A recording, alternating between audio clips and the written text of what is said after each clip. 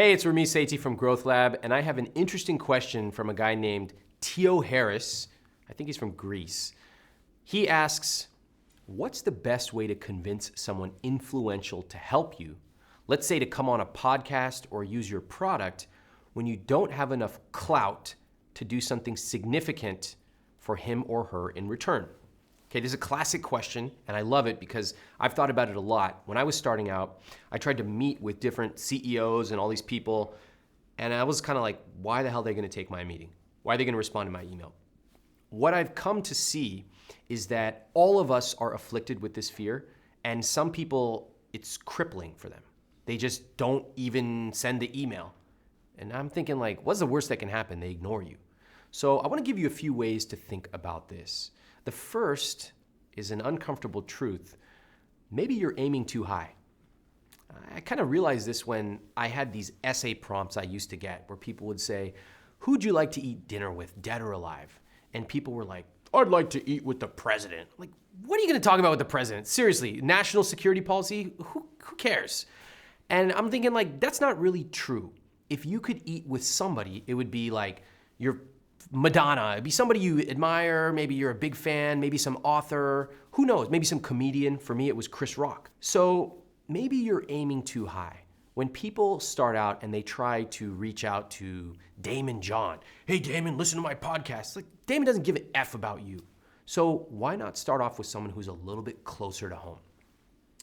And when you do that, and you learn the approach of someone who's just slightly more advanced than you, then you can use that as a domino, as a leapfrog to go to the next person. Oh, I spoke to John Doe, he told me this, thought you might be interested. Oh, Jackie, she recommended I talk to you. Now, why don't people do this? It's the same reason people walk in the gym, they want to do 225 on the bench. Don't do it. You're not gonna do it. You start off with a little flexibility. We're uncomfortable though, because the minute we realize we have to email the person who's just a little bit more advanced, then we see how much work this is gonna be. Better to dream about emailing the president than to actually email the person who's adjacent to us right now. So stop aiming so high, don't waste your time.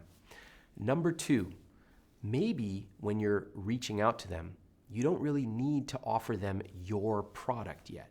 Maybe you can put them first instead of trying to bombard them with your podcast or product. Now, I'm gonna speak as Ramit on this side of the table where I get pitched a million things every day.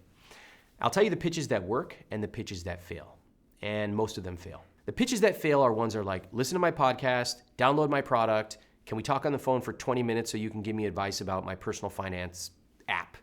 And I just don't respond. Or sometimes I say thanks, but too busy. The ones that do work are the ones that offer me value first.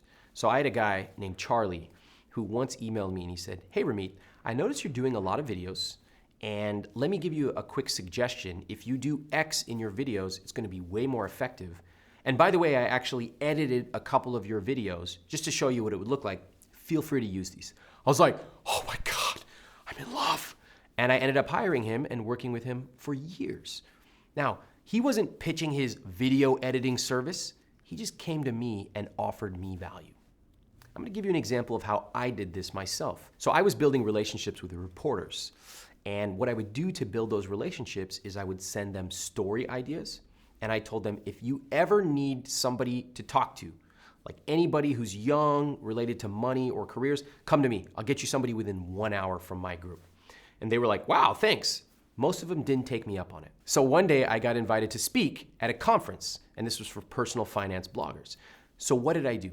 I emailed all the journalists that I was building relationships with, and I just said, hey, there's this conference. I thought you might be interested because it's on your beat. If you're curious, I can introduce you to the guy who's running it, and he can probably get you a ticket. It would be cool for you to meet everybody there. Whoa! What's going on here? What's the chess game being played? One, the guy who was running the conference loved me because I was inviting national journalists to his conference, so win over there.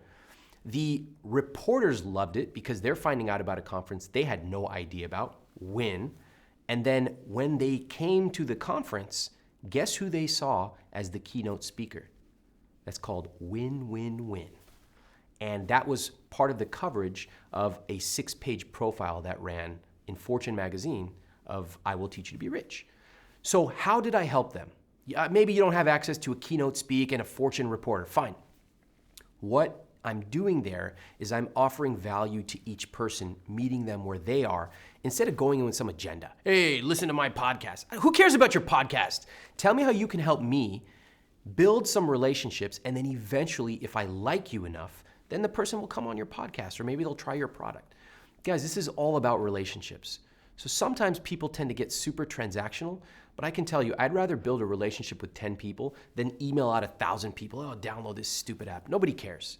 Build relationships, help people out, all the rest of this stuff takes care of itself. Now, I get how scary this can be. I get how nervous a lot of us are with self-promotion. I was exactly the same way. So click below. I've put together a video for you on overcoming your fear of self-promotion and how to connect with top people in your industry.